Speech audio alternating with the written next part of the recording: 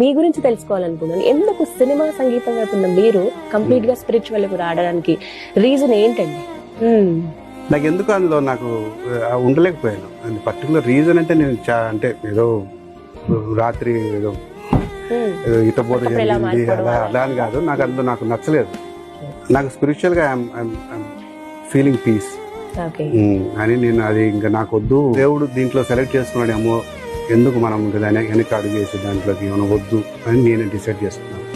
నాకు చాలా పెద్ద పెద్ద ఆఫర్స్ వచ్చాయి, చాలా ఎందుకంటే వాన అన్ని హిట్ కాబట్టి చాలా ప్రొడ్యూసర్స్ చాలా డైరెక్టర్స్ నా పాటలు విని అంటే నా ఆర్కెస్ట్రేషన్ విని కానీ ఇప్పుడు అడుగుతుంటారు కానీ నేను చేయట్లేదు ఎప్పుడు. బికాజ్ అవి ఓవరాల్ గా యాటిట్యూడ్ సాంగ్స్ గానే ఉన్నవి ఫిలిం లో. మీరు ఎక్కడికి చూడండి, ఎవరినో మెప్పించాలా, ఎవరినో ఒక అది ఏంటంటే ఎవరిని కించపరచని చెప్పట్లేదు, హ్యూమన్ బీయింగ్ ని మెప్పించాను. నేను హీరోలకే హీరో యేసు ప్రభుని మెప్పించాను అనుకుంటున్నాను.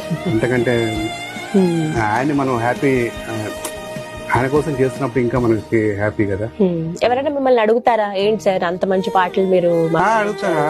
మన గురించి అడిగారు, నేను తరించుకొని నేను ఏ పాట చేసినా మంచి పాటలన్నీ మీరు వేస్ట్ చేసుకుంటున్నారు అట్లా. వేస్ట్ ఏం లేదు, నేను దేవుడికి చేసుకుంటాను, నేను చాలా హ్యాపీగా ఉన్నాను. వేస్ట్ ఏముందండి, ఇప్పుడు ఇట్లా పాటలు మనం చూస్తే మనకు ఆత్మతృప్తి వస్తుంది కదా. ముఖ్యంగా మన దేవుడికి చేస్తున్న హ్యాపీనెస్ నాకు ఉంది.